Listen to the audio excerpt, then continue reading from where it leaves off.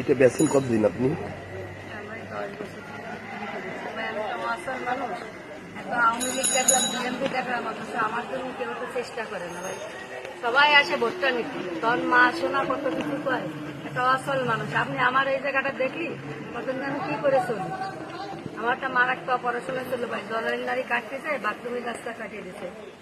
এই বাথরুমের গাছটা 9 বছর আমার বাইরে ভাই, 300 টাকার ওষুধ লাগে ভাই। এই কাজ করতে হয়। বাসা কোথায়? বাসা এই জায়গায় ভাই, আমরা হয়েছি এই জায়গায়। আচ্ছা আচ্ছা আচ্ছা, এখানকার স্থানীয়, মানে নিজের বাড়ি নেই কিন্তু ভাড়া থাকে। 7-8 লাখ টাকা নামিয়ে গেছে ভাই, এটা ভুল অপারেশন নাই, আজ আমার এই কাজটা করে দিচ্ছে। আমাকে তো শক্ত পুরুষ মানুষ না, চাষিরা ভিজিট দিচ্ছে।